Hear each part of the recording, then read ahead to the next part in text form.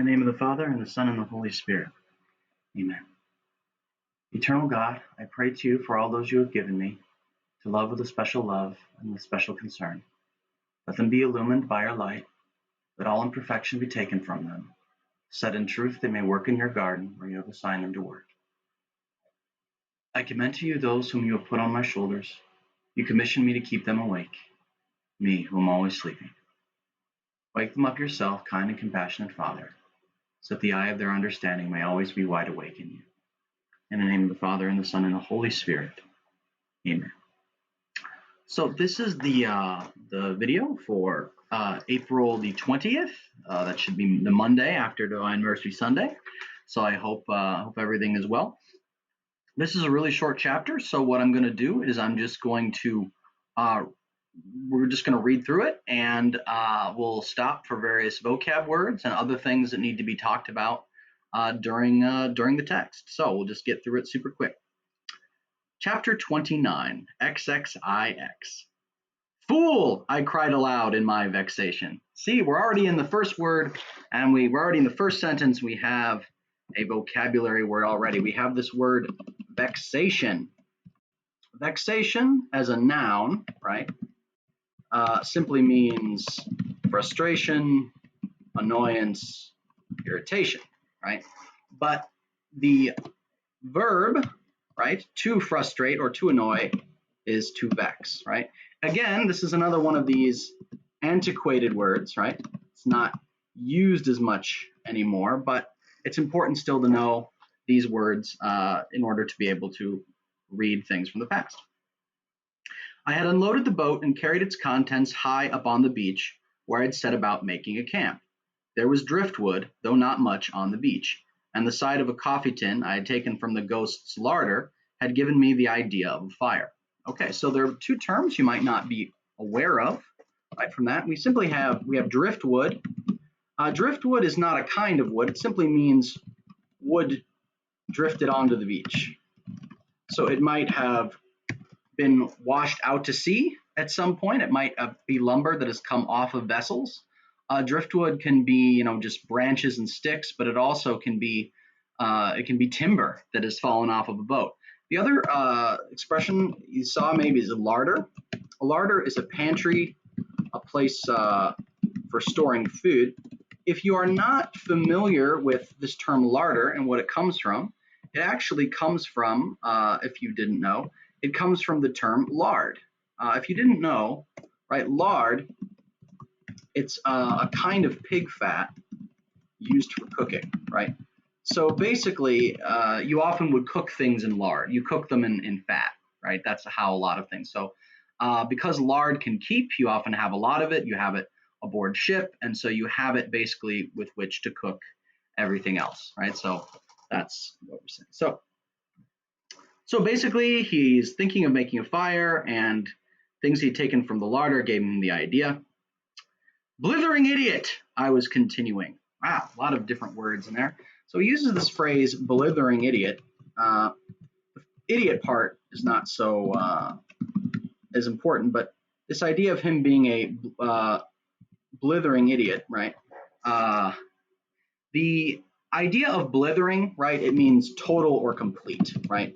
So it's just one of those words that adds emphasis. You almost never hear the term blithering unless it's followed by moron or idiot or some other kind of scathing remark, right? But again, it's another one of those antiquated words that we don't see all of that much anymore. These are just kind of the nature of reading a novel that's written in the early 20th century. But Maud said tut tut in gentle reproval, and then asked why I was a blithering idiot. Okay, so another term, right? If you probably don't know, reproval, right? Reproval, it simply means a correction. It can mean a censure. That means like a talking down to. But the main thing, a reproval is a criticism, right? It's a correction. It's a criticism. It's a censure. It's someone telling you, hey, don't do that, right? Why I was willing. No matches, I groaned. Not a match did I bring, and now we shall have no hot coffee, soup, tea, or anything. So basically, Van Weyden has In his hurry to get Maud and himself off the boat, he's made a couple of really bad mistakes. He didn't get the instruments of nautical navigation, right? He didn't get the sextant, he didn't get the chronometer. Remember, chronometer is for longitude, right? And the sextant is for being able to tell how far things away are by the angles, right? And he's also not brought anything to start a fire. And this is a very, very big mistake, obviously. Now, hopefully, they were hoping to get to Japan in only a few days, so maybe starting a fire was not something that he had anticipated, nor getting on land. But not being able to start a fire in this situation is one of the things that can be the most critical for survival.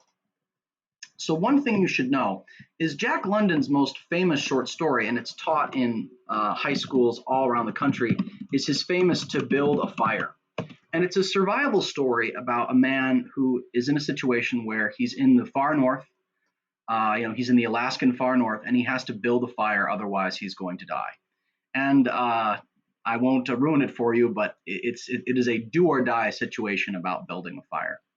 And as we know, if you ever watch any of those dumb reality shows from the past, like Survivor, in that show, fire symbolized your life, but the ability to control fire, fire is one of the great leaps forward of civilization. Whenever our ancestors first harnessed fire, not only did it allow them to cook things, but keep away predator, give light at night. Fire is absolutely essential. So their inability to make fire in this situation is a huge deal in terms of their survival. The main reason why you need to have fire if you ever find yourself in a shipwreck situation like they do is if you're going to drink water, you need to boil it first. So moving on. Wasn't it Crusoe who rubbed sticks together? She drawled. I'm assuming you're going to know what drawled is. But I have read the personal narratives of a score of shipwrecked men who tried and tried in vain, I answered. I remember Winters, a newspaper fellow with an Alaskan and Siberian reputation. Met him at the Bible lot once, and he was telling us how he attempted to make fire with a couple of sticks. It was most amusing. He told it inimitably, but it was the story of a failure. So he's talking about this guy who survived in Alaska and Siberia and how it was difficult for him to be able to start a fire just by rubbing sticks together. There are a lot of things that are used in this particular section that we should go over. So first of all, he said he told it inimitably, right? This term inimitably simply means cannot be imitated, right? So he told it in a way that there's no way that Van Weyden could do justice to his telling of the story, right? That's what he's saying. He told the story so well. It also mentions a couple other terms it mentions. It mentions Crusoe, and we'll talk about that in a moment. Alaskan and Siberian reputation, that means that's where he came from. Met him at the Bible lot once. Okay, that's another term. This is one of those things where it's always important to know words as they come in their context. If you look up Bible lot on Google, if I were to, look into my phone and say, hey, Siri, what's a Bible lot? It's going to say it's an ornamental trinket, right? But that is not, right, the term that is being meant here. The Bible lot actually has a much longer history, and this is why it's always important to have somebody who can read it in context and know what it means. So the Bible lot was a magazine. It's a magazine that was published as what we call an anthology. Okay, an anthology, right? So an anthology is like everything that has taken place in a certain year. It was a literary magazine that was published by this guy by the name of Mosher, Thomas Bird Mosher. I'll give you the full name. And basically, it was this New England literary magazine where they would publish a lot of the different lesser-known short stories of various authors, right? So, for example, an anthology. We may have heard of, very great authors like Robert Louis Stevenson or Oscar Wilde or these different things. But a lot of times people wouldn't be able to get access to a lot of their other books. You have to remember there was a time when libraries were fairly rare things. And if you wanted to get short stories from a particular time period, they could publish these things called anthologies, which would mean maybe all the short stories from a certain area of a certain period or a certain time. So when Humphrey Van Weyden is telling this guy that or is talking about meeting someone at the Bible lot, right? What he's talking about really is he's talking about, you know, meeting him at a literary conference, right? Literary conference, right? Because when you have these different magazines and anthologies, right, they often have gatherings that go with them. They still have conferences today. If you go to an academic conference, right, there's always going to be an anthology of the papers. You can get like a published edition of everything that was published at that conference. So in saying he met him at the Bible lot, he met him at a gathering of literary scholars. And probably, right, what was the circumstance was knowing that Humphrey Van Weyden is a literary critic for a living, he probably had to write an introduction for one of the short stories or something that was in the anthologies. We'll notice that, you know, Maud Brewster I'd already mentioned that she was present in those anthologies. And so he's talking about he met some fellow who was a survivalist from Alaska and Siberia and talked about how no matter how he tried to make a fire by rubbing sticks together, he couldn't do it. Now, the reason why this is all important, I'm spending all this time on kind of this dumb stuff, is what we have is what we are literally are having is a argument between two intellectuals, right, who've never tried to survive a day in their lives, and they're literally arguing from literature about whether or not it's possible for them to build a fire by rubbing sticks together, right? It's one of those just utterly like, well, I read from this literary conference, or this person at this literary conference told me that it's impossible, right? They're literally turning to literature and things they learned at literary conferences to determine whether or not they can survive in a certain way. And it's really funny, and it shows how green they are, right? Green is a term that's used in both, you know, it's used in a lot of different professions. When you're green, it means young and inexperienced, right? Naive, uh, you know, doesn't really know how things work. And they're showing just how green they are. You know, in fact, the term in sailing is a greenhorn. If you didn't know that, a greenhorn is a green sailor, right? And the idea that we should be seeing in this particular case is that Jack London is poking fun at the literary intellectuals who are having a literary argument about whether or not it's possible to build a fire in a certain way, rather than, you know, doing everything they can to build a fire. The other interesting thing that is important about this particular thing is you'll notice that she mentions this character Crusoe. And Crusoe is the title character of the famous novel Robinson Crusoe. And Robinson Crusoe was written by author Daniel Defoe. And Daniel Defoe wrote Robinson Crusoe in the early 18th century. I'm not entirely sure when Robinson Crusoe was written. It was written very early. It was written in the earlier half of the 18th century. I know it was very, very early on. Let me see. When was it published? It was first published in 1719. So I did know that it was published very, very early. And one of why is Robinson Crusoe being mentioned, right? Well, there are a couple of reasons why Robinson Crusoe is being mentioned in this text. Number one, Jack London is doing what's called an homage, right? Spelled homage, right? An homage, and this is the art definition of the term homage, is basically a nod of respect to another artist, right? You see this in movies a lot of times. You'll see movies that reference other movies to honor, whether it be other actors or other directors or whatnot. So this is both an homage, but the story of Robinson Crusoe, and this is very important, the story of Robinson Crusoe it's the novel about someone who is shipwrecked and who basically has to spend decades figuring out how to survive alone on a jungle island, right? He has to live and survive, and he basically recreates civilization there. And it's an interesting read. I read it when I was a child. But one of the more important things about this being an ode is Robinson Crusoe is considered by many critics, and you should know this, it's considered by many critics to be the first novel in the English language. Now, that might seem crazy. Like you're thinking, how can it be the first novel in the English language, right? Well, one of the things you should know about the novel, and first of all, we need to define the novel. The novel, we know a novel is a book, right? And it's a book of a certain length, right? If it's super short, it'll be called something else. It'll be called a novella, right? Sorry about the capital O. But so we know that a novel is of a certain length. It's a longer book, right? We know that it's of a certain length. But there's something else. The genre, right? Meaning the type, right? The genre, the type, the kind of writing of the novel is a really, really new invention. I mean, that's why it's actually called the novel, because it comes from that word novel, which means new, right?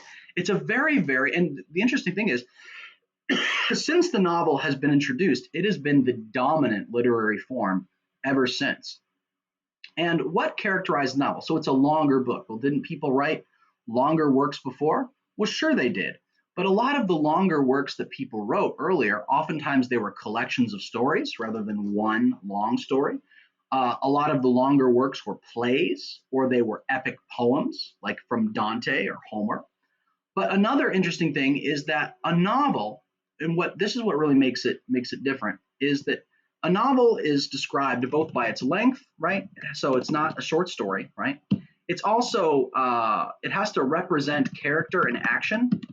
That means things have to happen. It has to be a plot. It also means, right, that usually there's some kind of character development, right? In a novel, in this new form, there was character development and there is some degree of realism. So the idea is a novel is supposed to be believable. It's supposed to be something that could really happen. When you look at a lot of the other longer works that had come before that, whether it be the classical stuff of Homer, the epic poems of John Milton and Paradise Lost, the Divine Comedy, where the author goes through hell, or the longer things that people wrote about legends and other fantastic elements, you should remember that the novel is new in that it is really trying to do something that has realism, and it's trying to present realism, even if it has very fantastic situations.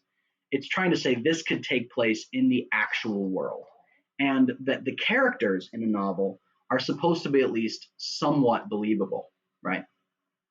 One of the reasons why this is being represented is that a question, because we would not ask whether or not The Sea Wolf is a novel. It's certainly long enough to be a novel. But the real thing about a novel, right, in order for it to fit the genre, and why the novel, and another reason why the novel has become the dominant literary genre ever since it really caught on in the English language, is that because the novel was the most easy thing to convert into a movie, right? We think of a movie as being a longer story and character development, right? The idea of what we think about the motion picture film has been greatly influenced by the novel. And that is why, even though it was this new thing that really didn't exist before in literature, it has become the really dominant form in many, many ways. So a question that we have to ask in terms of, Robinson Crusoe, right, published in 1719. It was a story about a person, right? So if you didn't know, Robinson Crusoe, sorry, the story about Robinson Crusoe is a story about someone surviving alone on a deserted island. This would be near the South Pacific. So this is an island that's basically a jungle habitat. So there's a lot of vegetation, a lot of fruit, a lot of whatever. Surviving alone on a deserted island for decades, right? I think he's there in the novel for something like almost 30 years. And the question, right, is that is it really is that really realistic? And that's why people ask whether or not Robinson Crusoe is the first novel. The interesting thing about we have to ask, right, is it realistic for someone to manage to survive alone for decades on an island, right? That leads us to another question: is the sea wolf realistic, right? Does it really meet this typical definition of the novel. And what London is doing, he's kind of giving a careful wink, right? In the sense that he is aware of how stories about survival are typically unbelievable, right? The thing that we should understand about this thing about Crusoe, if Humphrey Van Weyden was going to take two sticks and rub them together and make a fire, right? That is a feat that requires a tremendous amount of skill and a tremendous amount of physical strength, right? What basically he's talking about is it shows that London is trying to write his novel in such a way where he's trying to make it more believable, more able to be processed, more able to be understood than the typical, than the typical survival story where it's not these over-the-top heroes. In fact, the thing that you should know about The Sea Wolf as a novel, right, is London goes over the top to make the settings and the circumstances as realistic as possible. I can't type today. Maybe it's the keyboard. And the idea is that, when he's talking about locations on the ship, how the ship works, contents, the fact that he messed up because he didn't have the nautical navigation equipment, the fact that he can't make a fire now that he doesn't have matches, all of these things, he is trying to, in their circumstances and in their situation, to create as realistic and as a factual, close to reality situation as possible. I don't know why I can't type. And in this way, The Sea Wolf is definitely a novel. It's also a novel in the sense that, right, the principal character, that would be Hump, right, he goes through a change, right? There's a character, there's a plot, he goes through character development, right? And that, in that sense, that definitely meets the typical, it represents character and action. There's change, right? And he's tried to be as realistic in the setting and the kind of things that go on the boat. In his setting, he's tried to be realistic as possible. The unrealistic elements of The Sea Wolf have to be in the characters themselves, right? How realistic of a character is Humphrey Van Weyden? How realistic is it that this literary critic who wrote for years so flatteringly about this woman author, and all of a sudden they both become castaways rescued by the same boat? How realistic is that? How realistic is it that they managed to survive in these extraordinary circumstances? And most of all, the real question is, how realistic is Wolf Larsen, right? How realistic is this weirdo Superman sociopath who has never been to school but is somehow a genius while also the perfect physical specimen while tormenting his men and reading philosophy in his cabin, right? So basically what London is doing is he is not only giving an homage to this first novel, Robinson Crusoe, he's giving an homage to Daniel Defoe, but he's also showing a self-consciousness about the own both realism and unrealism of his book. And so he's also poking fun at himself, right? There's a lot going on here. Another thing you should be very aware about, how realistic is it? This is just a couple of just historic anecdotes that I just wanted to share with you. If you didn't know this, and I fell in love with the novel Robinson Crusoe when I was a kid, Robinson Crusoe is actually based upon a real story. It was based upon the life of someone by the name of Alexander Selkirk. I believe that's how you spell Selkirk. I haven't looked at it in a long time, but I think that's correct. Alexander Selkirk was both a privateer and an officer in the Royal Navy. And if you didn't know what a privateer is a fancy word for legalized piracy, right?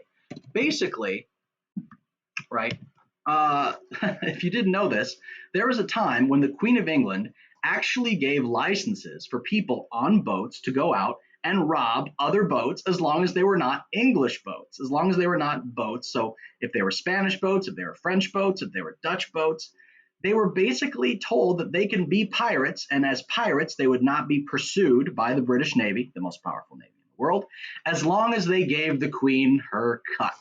So a privateer is a fancy pirate, right? It's someone who literally robs the Spanish for a living, right? What a wonderful world. So yeah, a privateer, right? It just means pirate, but it's a legal pirate. But here's the thing, right? If you're a privateer and you're caught by the English, then they let you go because you have a license to be a privateer as long as you haven't robbed anyone who's English. However, if you're a privateer and you get caught by the Spanish, well, then they're just going to hang you as any other kind of pirate. They'll hang you from the yardarm, so to speak. And anyway, Alexander Selkirk, he was a privateer, and he survived for 4 years and 4 months. He survived for 4 years and 4 months, having to survive alone on an island, I believe near South America. I believe it was. No, I may not have been near South America. I think that was the island they renamed after him.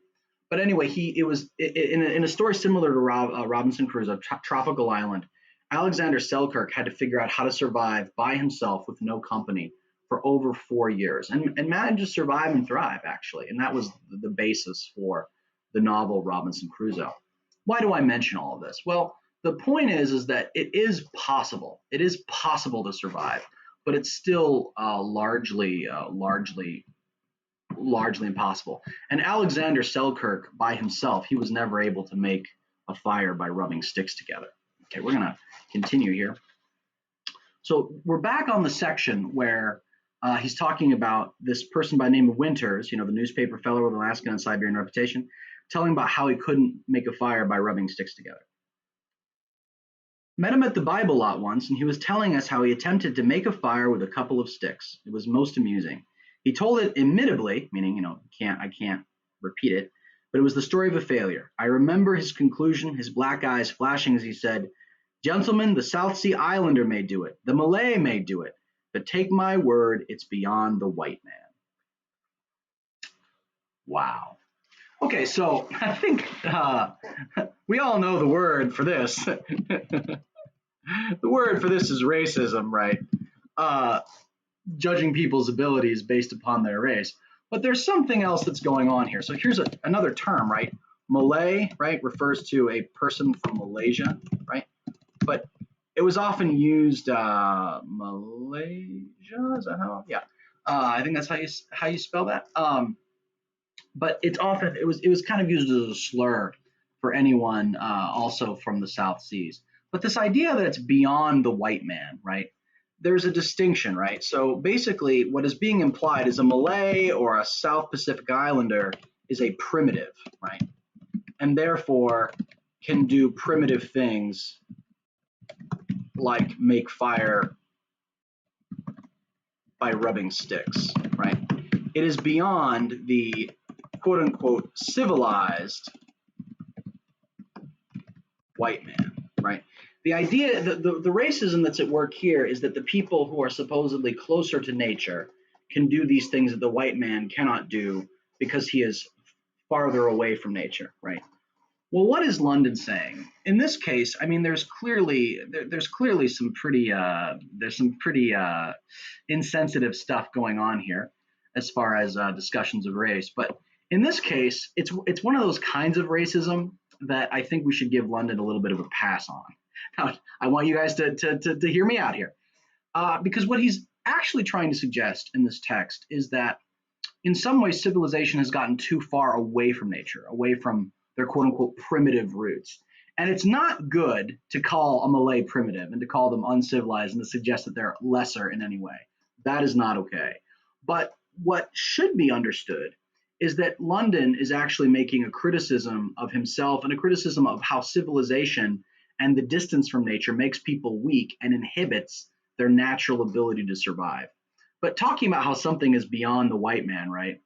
It's one of those things where, and this is a very important idea of understanding how this kind of ethnic attitudes exist, right? Anytime you say, this is beyond the white man, but can be done by Malays or primitives, right?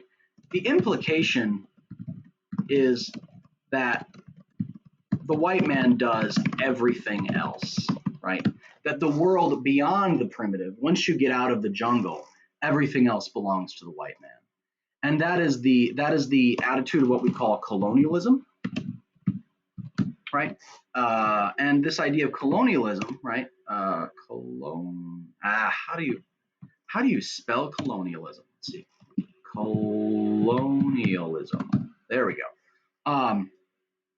And this idea of colonialism, right, is the idea that we have to go and make the world civilized. We have to basically go and make the world, similar to white Christian culture, right? And that was an extremely common idea. And the idea of colonialism, I mean, it is spread, and it was not only done by people who spoke English, but also French and Spanish.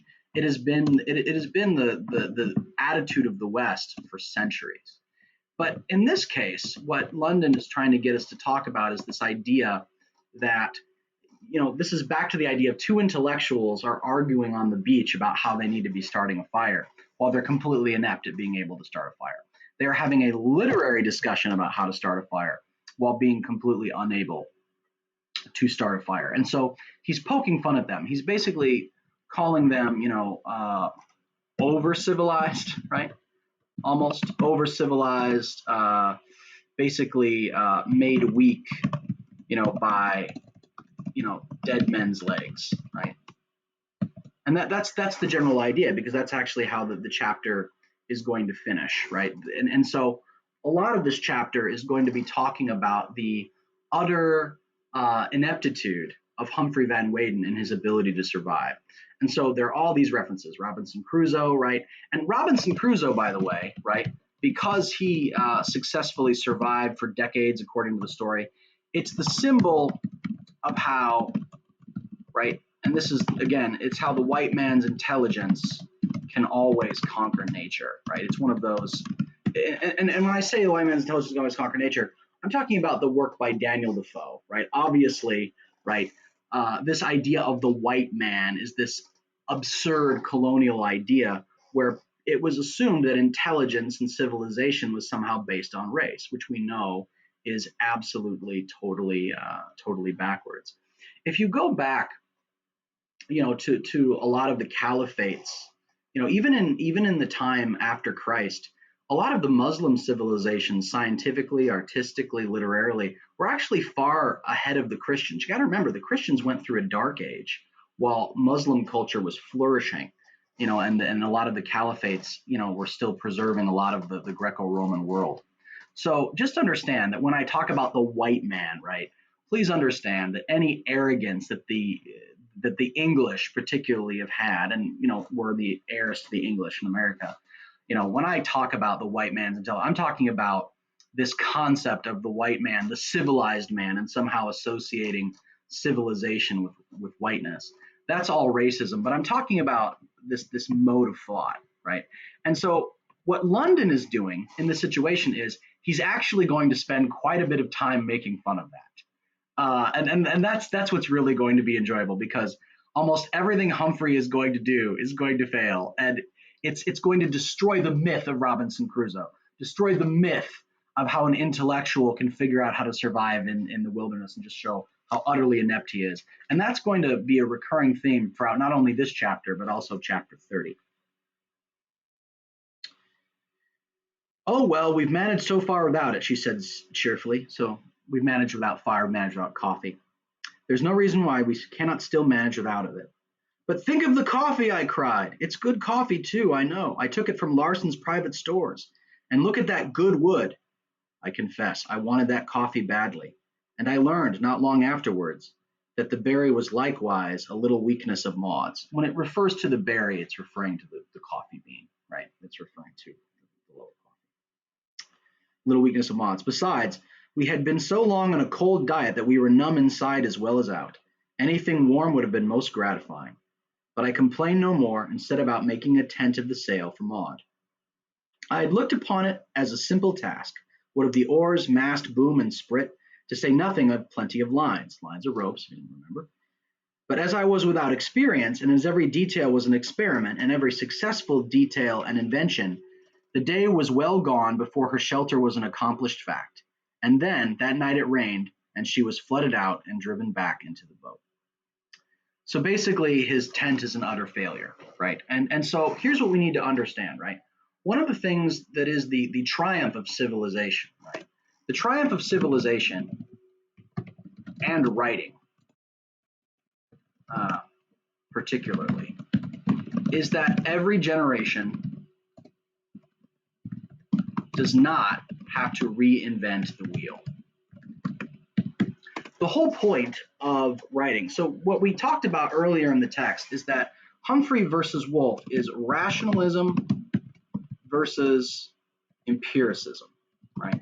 And if we remember what rationalism is, right, that's this book knowledge, right? Rational knowledge is knowledge, it just means you can know it by pure reason, right? So for example, right, a triangle that has all of a triangle with three identical angles will also have three identical sides, right? That's something that you can know by reason alone. You can reason it out. But empiricism, right, is not book knowledge. Empiricism, which is where you get science, right, is knowledge by experience. And so what we see in this particular case, right, is that Wolf Larson, who kind of embodied empiricism, right? The thing is that the thing civilization has going for it is that we don't have to, like, because I don't know about you, I don't know if I'm smart enough where I would have ever come up with the wheel on my own. I don't know if I'm ever smart enough. If I was a caveman, I would have figured out how to control and make fire. But the idea is that civilization, because someone else showed us how to do it or gave us matches, right? We don't have to do it, right? But the thing is that because Humphrey is trying to do this for the first time, even though he has plenty of materials, right? He has all the ropes he needs, he's got pieces of wood, he's got mast, he's got everything he can, but it's an abysmal failure because he has no experience, right? Once again, this is like the Robinson Crusoe shot, right? And that is book knowledge cannot make a good tent, right? Book knowledge cannot make a good tent. It's that simple, right? And so the thing is, and what London is hopefully trying to get at, and it's hard to know just how racist and anti-racist London is, because we know on one hand that he does believe in eugenics, right? Right, and meaning he believes in the philosophy of human husbandry, right? He believes in the philosophy of selective breeding to improve the human race, right? That is something that he believes in. But if you also look back to, the history of London's life, he had many friends from many continents and of many complexions, and he seems to have always valued intelligence and ingenuity everywhere he found it. So on one hand, right, we do know that while he does believe that there is such a thing as good genes and there is such a thing as a person being naturally superior to other people, it seems that with this comment about, he's talking about Winters and comment about Malay and rubbing six together, he's trying to show that there is definitely a kind of intelligence and a kind of intuition that Humphrey is lacking, and there's a lot of an ability that he's lacking. So in some ways, it's, again, making fun of the romanticism, right? In a typical romantic sea story, right, what would happen is that Humphrey heroically would make Maud a wonderful tent, kill seals with his bare hands, cook a fire, give her excellent meat, give her warm coffee, revive her spirits, and then use the fat from the seals to like something he took from the ship to make a warm oil lamp to give her both warmth and heat at night. That would be the typical romantic thing. That would be the typical version of, the WASP, right? The heroic white Anglo-Saxon Protestant who, the typical white Anglo-Saxon Protestant who basically using his intelligence and his good God-fearing work ethic conquers the wilderness, right? That's the normal, typical way the romantic sea story would work. And London is going to go in the absolute opposite direction because he's telling us right away, because they're having a literary argument about making a fire, right? These are a bunch of nerds, right? And they are completely lost. They're totally out of their element. And so she ended up having to go and sleep back in the boat anyway, because again, the tent floods. The next morning, I dug a shallow ditch around the tent. So this is to try to keep it from flooding next time. And an hour later, a sudden gust of wind, whipping over the rocky wall behind us, picked up the tent and smashed it down on the sand 30 yards away. And so now he has to go and chase after the tent. Humphrey cannot do anything right. Even though he has come so far, this is a comedy of errors and he cannot do anything right. Maud laughed at my crestfallen expression. That's another word we might not know. Crestfallen, right? Crestfallen, I mean, people now use the term downcast instead of crestfallen. It just means sad and disappointed, right? Uh, right. So again, crestfallen is another one of those antiquated terms. It basically just means downcast. Um, and and so the story is going to continue. So he's a little, she's laughing at him, and seeing just how much trouble. But the thing is, right, how is she able to laugh? Because he's working so hard for her, right? He's trying so hard, and she laughs because he's failing all the time. He's trying so hard. I mean, Humphrey is showing himself to be totally sweet, right? He's totally sweet, and he is totally devoted to her safety and comfort, right? And that's what he's supposed to be as a gentleman, right? And so she's laughing because even though he's failing, he's such a sweetheart and he's trying so hard. So, so I'm looking at the time here. It's we're 40 minutes into this. I've still got some more material. So I think what I'm going to do is I'm going to keep up with this lecture, but I'm going to make that enough for Monday. I'm going to keep recording, but what I'm going to do is I'll stop this and then make another recording right now. But I'm going to stop this here, and the next part will be. You know what? Actually, I'm going to keep this going. But if you are watching, just make note of the time, and then tomorrow, if you want, you can pick up and watch from tomorrow. Okay. So we're just going to keep going here, though. But this is enough for Monday, if you wish. All right. So let us keep going. Maud laughed at my crestfallen expression, and I said, as soon as the wind abates, abates meaning to stop, to cease. Remember that from last time? As soon as the wind abates, I intend going into the boat to explore the island. There must be a station somewhere and men, and ships must visit the station. Some government must protect all these seals, but I wish to have you comfortable before I start. I should like to go with you, was all she said. It would be better if you remained. You have had enough of hardship. It is a miracle that you have survived, and it won't be comfortable in the boat, rowing and sailing in this rainy weather. What you need is rest, and I should like you to remain and get it.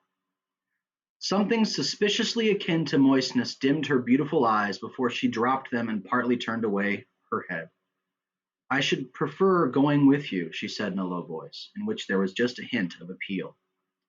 I might be able to help you, her voice broke a little, and if anything should happen to you, think of me left here alone. Oh, I intend to be very careful, I answered, and I shall not go so far but what I can get back before night. Yes, all said and done, I think it vastly better for you to remain and sleep and rest and do nothing. She turned and looked me in the eyes. Her gaze was unfaltering, meaning continuous, right? To falter means to fade or to stop. But stop, please, please, she said, oh, so softly. I stiffened myself to refuse and shook my head. Still she waited and looked at me. I tried to word my refusal, but wavered. I saw the glad light spring into her eyes, and I knew that I had lost. It was impossible to say no after that. So in this, right, we see is that Humphrey cannot say no to Maud, right? She's got the tears, she's got the crestfallen, but this is the first time in the text, right? The idea that she is not only scared, but, she is moved. The tears coming to her eyes, she's moved at all the devotion to her. And so this is one of the more concrete moments, like when he talks about that hint of appeal, right? That hint of appeal, right? That idea of that hint of appeal, right, that's the first moment where there was kind of a hint that Maud has feelings for Humphrey as well, right? And that's a really important thing, right? And so she makes a couple of really good arguments. Now, Humphrey, because he's the sexist gentleman, right? He's like, let me go out into danger, I'll get what we need, and I'll come back. And she's actually the practical one. She's like, don't leave me here alone. He's like, no, it's better for you to rest. His intention is he wants her to rest and recover her strength and get comfortable. Fair enough. But she makes the really, really good point. I could help, right? And also, what if anything should happen to you? What am I supposed to do? How am I supposed to survive, right? We're in this together. If we're not gonna. And so in this situation, one of the things that's really interesting about Maud, and this is another way in which London is kind of making fun of the romantic genre, is that it is Humphrey, right, is swayed by sentiment and feeling, right? And if you remember, right, it's generally, right, in that 19th century mindset, it's usually the women who are swayed by sentiment and feeling, right? And it's actually, Maud is the practical one and often the more reasonable one. Now, she's less experienced. She doesn't know how to try to do these things, but it's not like Humphrey is very experienced either. It takes him all day to build a tent with plenty of materials, and it's because he's trying to invent the wheel, right? So Humphrey's incompetence, right? He's also being swayed by emotion, but we also see the romance here, right? We see that, she's saying, I want to come with you, right? And so we see that Maud is showing devotion, but she's also showing her practical nature. And this comes back to, again, this idea of their Darwinian aspect, right? And in this case, right, devotion is also, right, we could talk about, devotion as affection, romance, right, is a survival attribute, right? Maud's feelings do her credit, right? And I'm not saying that she's just being selfish here, because she's not. But what it does show us is that her devotion is part of what helps people to survive, right? Her being attached to Van Weyden and her ability to want to desire, to be with him and everything else.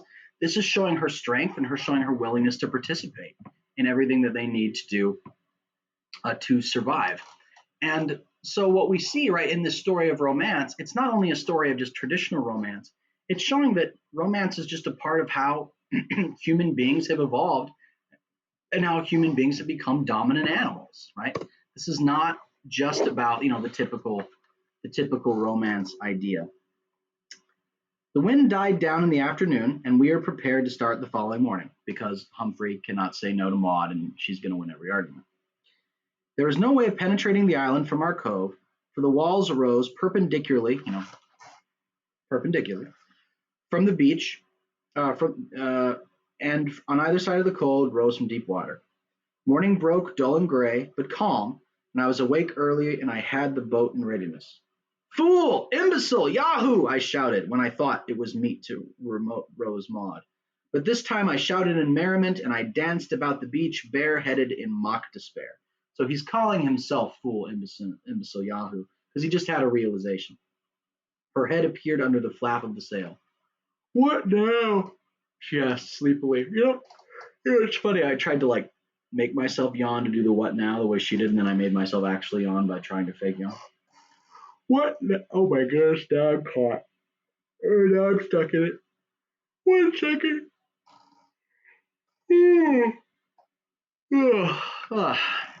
It's like I've given myself the yawns. What now? She asked sleepily and withal curiosity. Withal is another archaic term. Withal, right? It's when you can use the word with at the end of a clause, basically.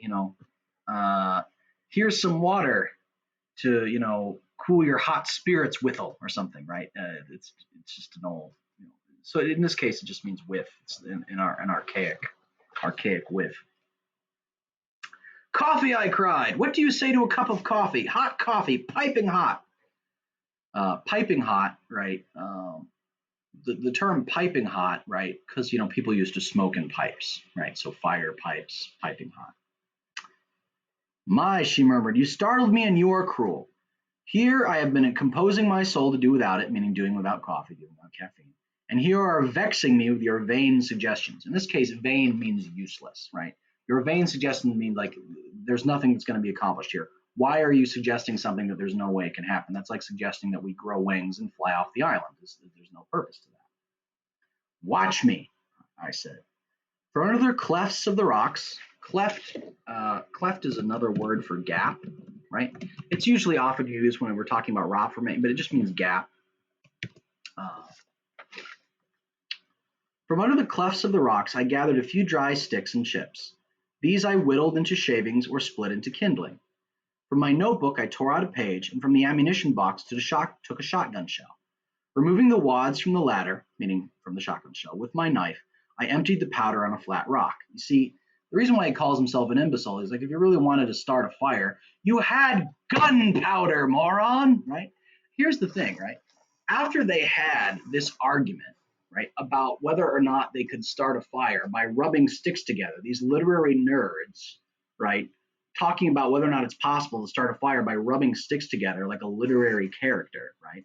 They forgot that if they wanted to start a fire, they have guns and bullets with gunpowder.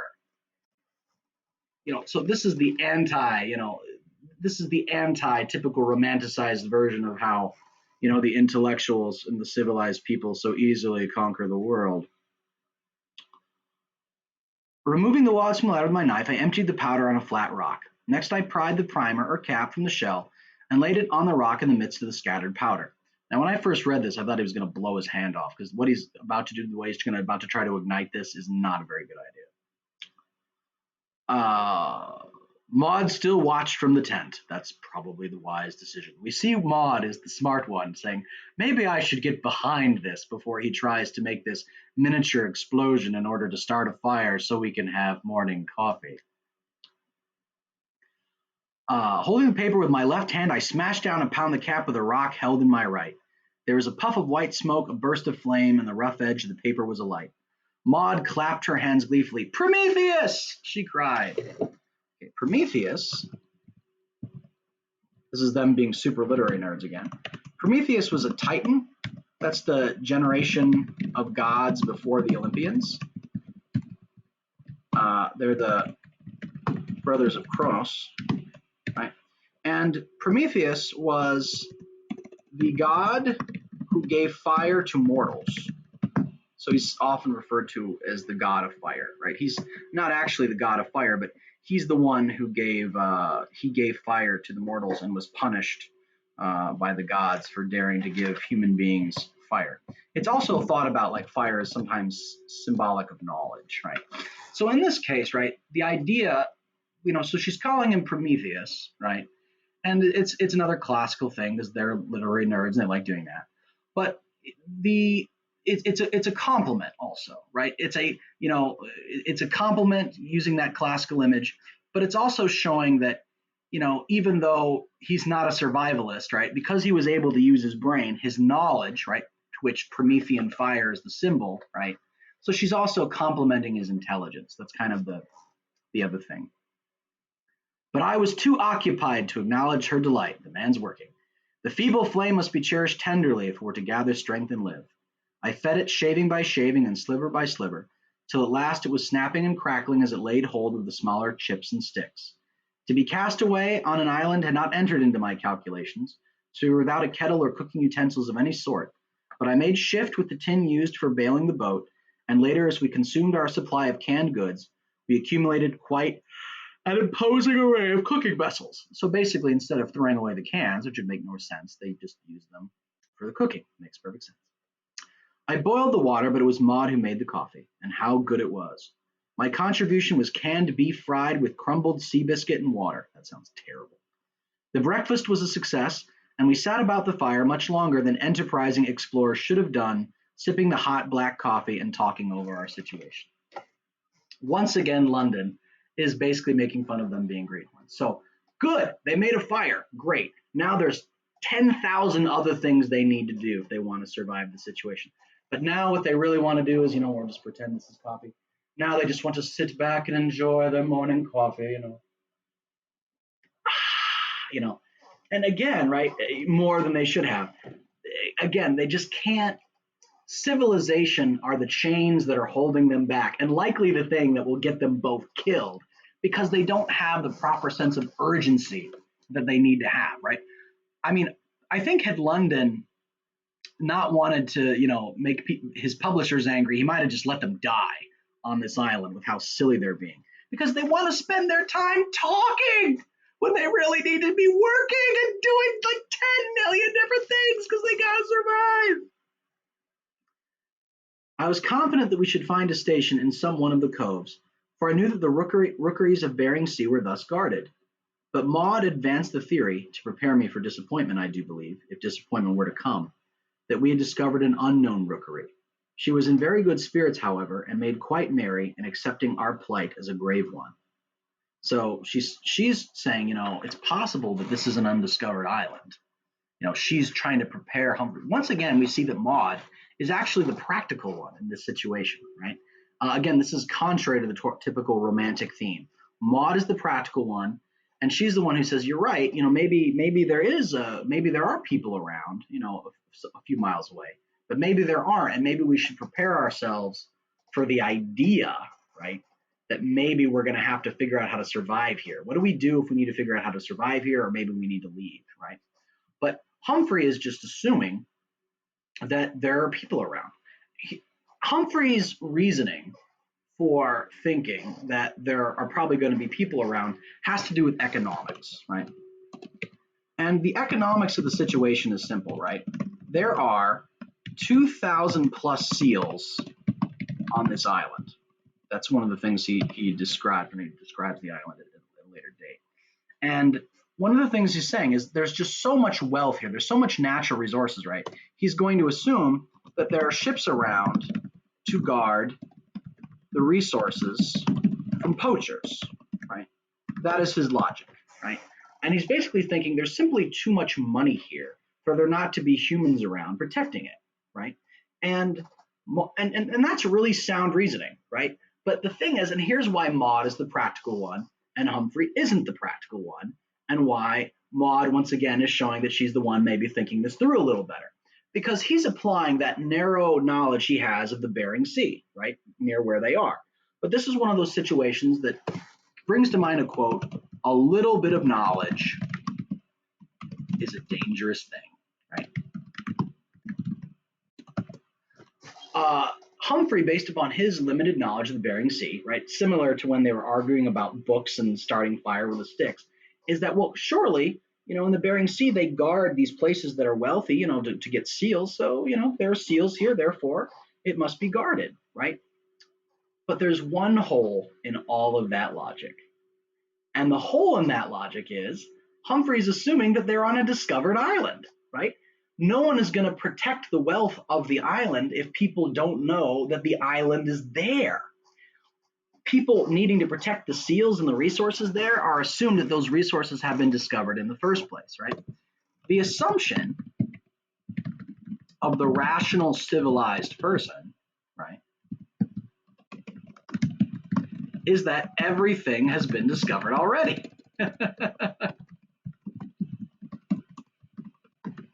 Right? Surely, right? Surely we already know everything, right? And therefore people will know this resource exists and they'll be protecting it and we'll get rescued, right? Surely we already know everything already. And this again, it's the arrogance of these Western intellectuals, and that arrogance, if it could have killed them. It absolutely could have killed them.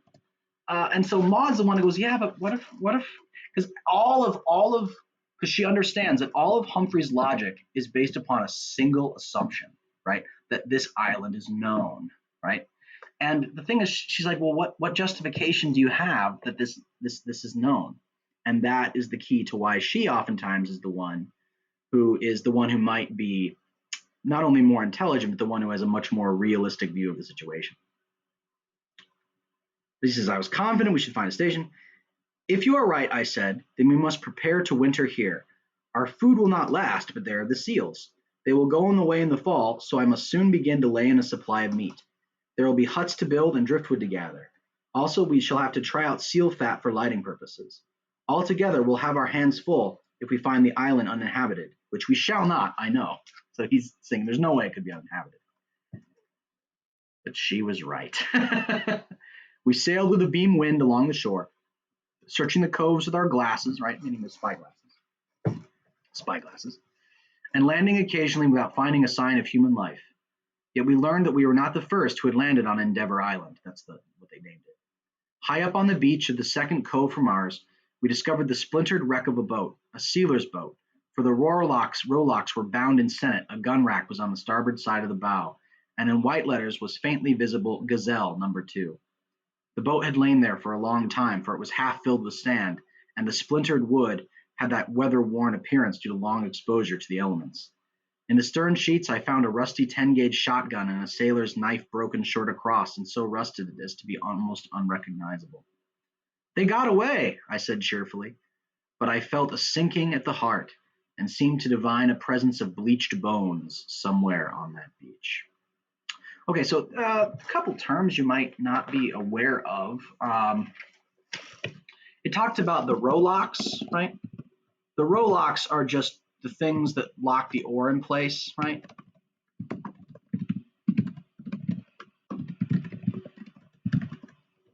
I mean, of course, that makes and talked about the Senate. The Senate is just a kind of cording or cordage, right? So that's just it's just a kind of knots, and it's a kind of knotting to bind things to boats. You know how that sailors, they know like 10 million different kinds of knots. I know like five, but the point is that again, these are just more sailing terms to know. Um, and it also another term he talks about, somehow he said I had a feeling to divine, right? Divine, when used as a verb, right, it means to know by intuition, right? So he's saying they got away, but what he's saying is it's probably more than likely that whatever sealer is there probably died rather than escaped. So now this situation is now much more serious, right? Because a hunter apparently had not survived. I did not wish Maud's spirits to be dampened by such a find, so I turned seaward again with our boat and skirted the northwestern point of the island. There were no beaches on the southern shore, and by early afternoon we rounded the black promontory and completed the circumnavigation of the island, meaning they finally went all the way around it. I have estimated its circumference at 25 miles, its width is varying from 2 to 5 miles, while my most conservative calculation placed on its beaches 200,000 seals. Wow, I'm sorry, I got that wrong. It's 200,000 seals. That's a lot of freaking seals. Like, Humphrey is right in the sense that with that many seals, if it was known that probably someone would be protecting it, because just for the money. Right? The island was highest at the extreme southwestern point, the headlands and backbone diminishing regularly into the northeastern portion, was only a few feet above the sea.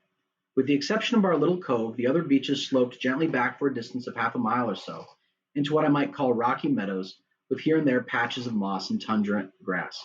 Here the seals hauled out, and by the old bulls guarded their harems, while the young bulls hauled out by themselves. So basically, bulls just refers to the male seals, right?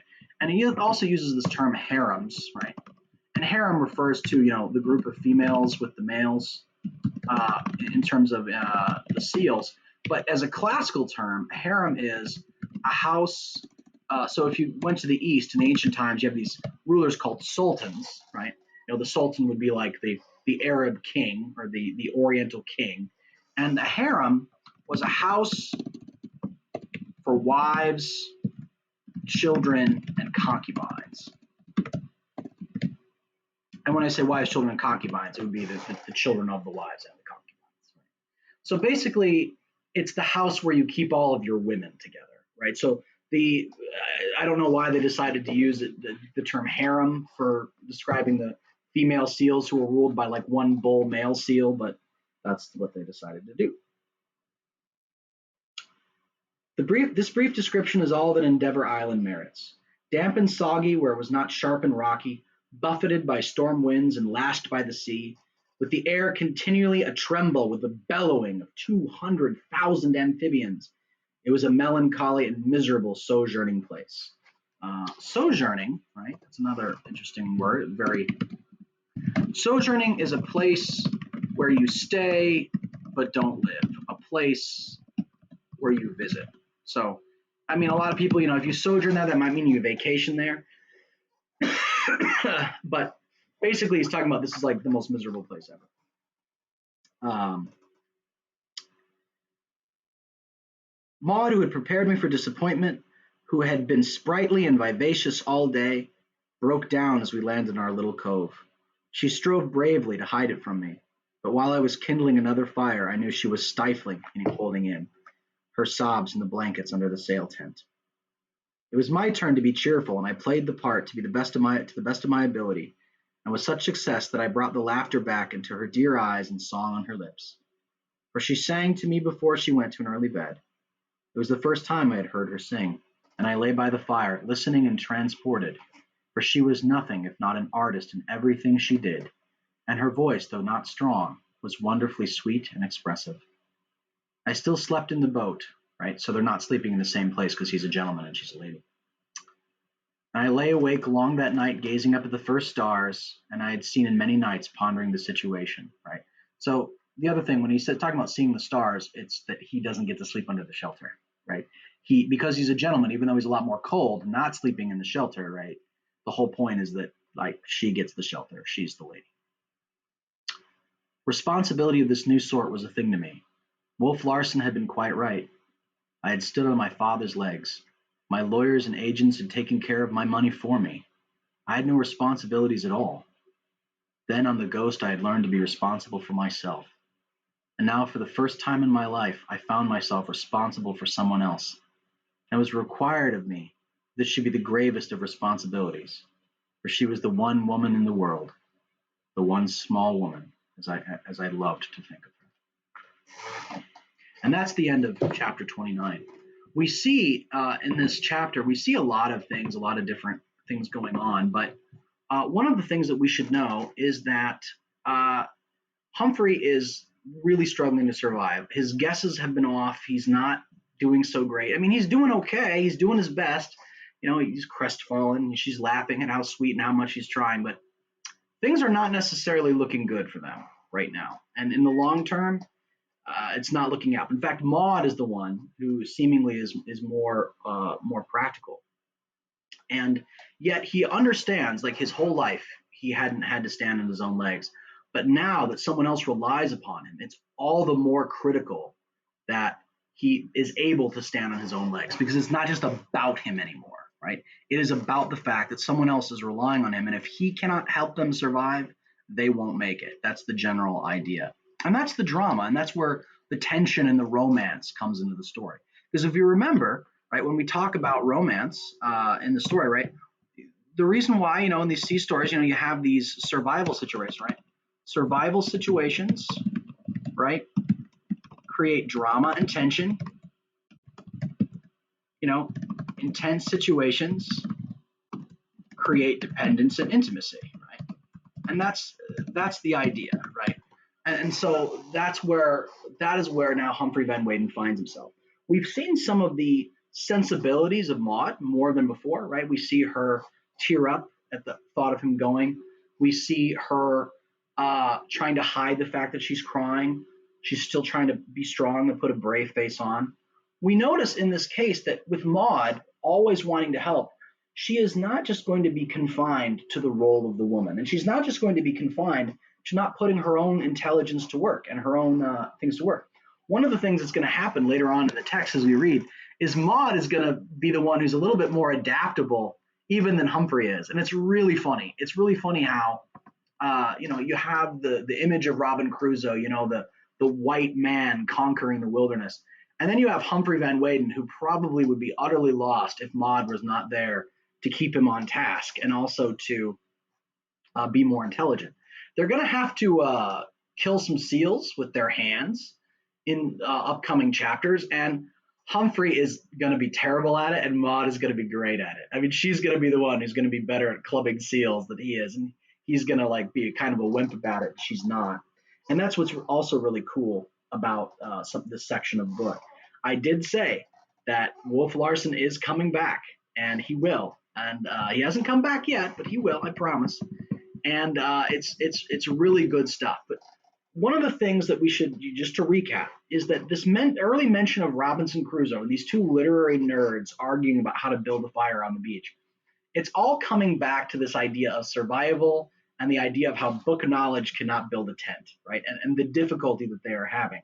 But book knowledge does have its merit. He was able to figure out, once he thought about it, hey, I've got shotgun shells. That means I have gunpowder. That means I could maybe make a fire after all. But then, of course, that civilization comes back and hurts them again, right? It hurts them again because they waste a lot of time, because they want to enjoy their coffee and sit on the beach and talk about whatever.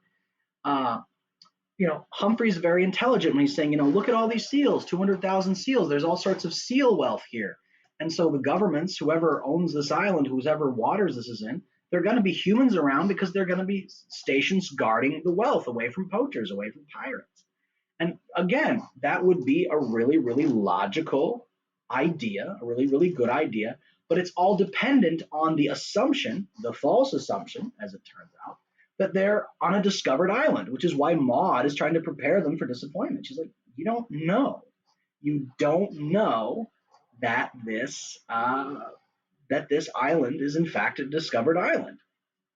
And so there's a lot to going at that. Also, to recap, remember the idea of the novel, right? Remember that the novel, right, was actually the novel was actually the new literary genre, right? Um, and that it's characterized by realism, right? It's characterized by length, and it's characterized by action and character change, right? Something happens. The character goes through some kind of change or some kind of plot, right?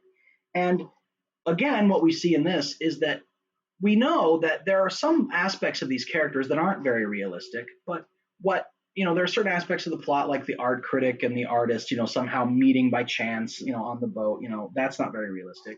But their difficulty in surviving and the fact that they, have their tent blown away, that it gets flooded out, that everything they do is not working, that Humphrey forgets matches, that that they blow off course and he's not actually able to get them to Japan after all of that is more on the realistic side.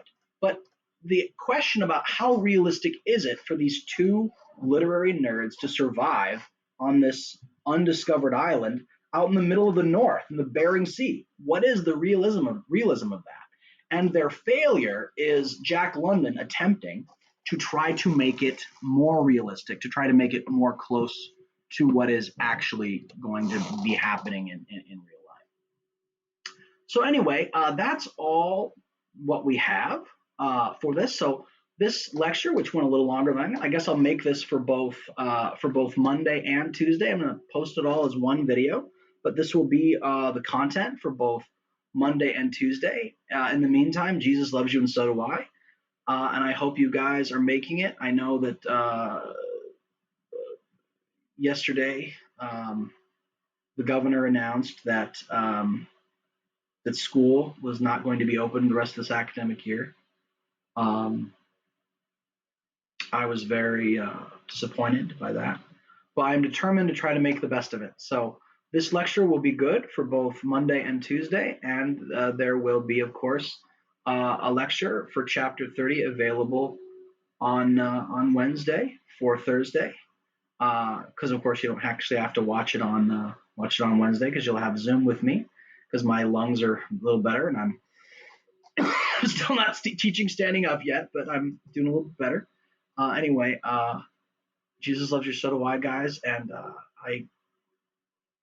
I wish we could be together in person soon. But until then, God bless.